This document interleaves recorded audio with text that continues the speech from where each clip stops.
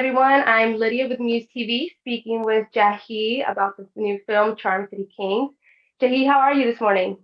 Doing well. How are you? I'm good, thank you. So, the film was amazing. I haven't seen a film like this in such a long time. I remember you did a phenomenal job as Mouse. You brought such charisma and honesty to your role. You had me rooting for you, laughing, crying.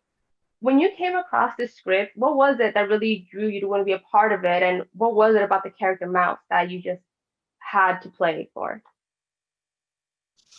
Well, I really love when I first read the script. I really loved the simplicity of the story. I loved how simple it was, but how simultaneously how complex it was and the depths of the story.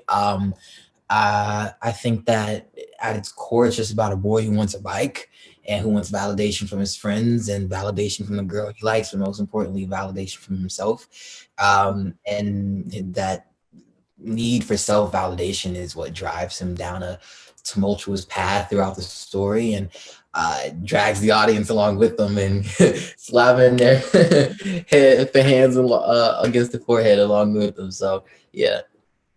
Yeah, no, I think he's a very interesting character too. And like you said, he's looking for validation, and in searching for that, he kind of goes down this journey that takes the audience with you.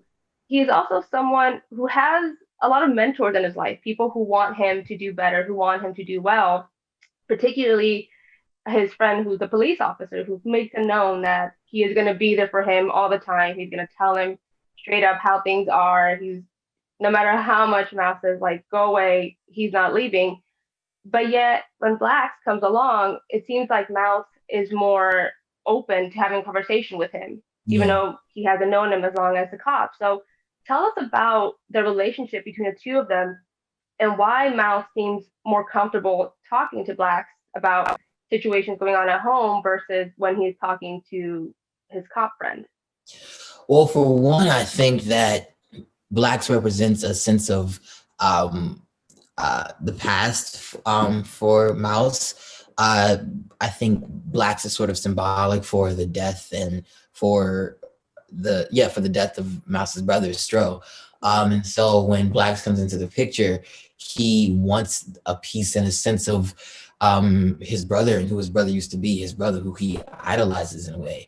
And so if he can have a piece and be connected to his brother's idol, it sort of gets him back to a space of being connected to his brother and but also just being connected to bikes and what he loves to do, which is ride motorcycles. So I think that that has something to do with it. I also think that there's a sense of restriction that Mouse really hates. You know, he hates the feeling of being told what to do and when to do it. And I think that's River's role in his life. You know, it's like, I'm here for you and I want you to succeed. So I'm going to make sure that you're doing all the things that you need to succeed. But Mouse's definition of quote unquote succeeding and success is very different from Rivers. So I think uh, those are a few of the reasons, but I think it has more to do with the fact that Black's is symbolic for Mouse's brother. Yeah, no, he really does seem to be a character that Mouse idolizes by the beginning when we see their interaction at the ride. Um, in terms of like you were saying earlier, he's searching for validation. At the end of the film, obviously, Mouse kind of goes through something that really, when we kind of jump to later on, we see it really changes him. How much of an impact would you say Black's, without giving too much away, truly has in his life in terms of what happens at the end of the film? Like, how will it change him for the years to come now? Ah man, I think that's open for interpretation, but I will say I think that one of the things that we really wanted to do is reflect real life. And I think although it may not be how exactly how it always happens in real life, our job is what we wanted to do was show the what ifs. You know, what if it could be this way? And so in my mind, the ideal what if would be hopefully Mouse gets to a space where he can forgive himself for what happens at the end and where he can forgive himself for causing blacks to have the outcome that he had. And hopefully he can get to a space where he can move forward in his life and get out of West Baltimore or do the work to really make his life better and make his family's life better. All right. Well, Thank you so much for sitting down and speaking to us. The film, like I said, is amazing, and I cannot wait to see everyone else's reactions when they see it as well in a few days. Thank So you. thank you so much.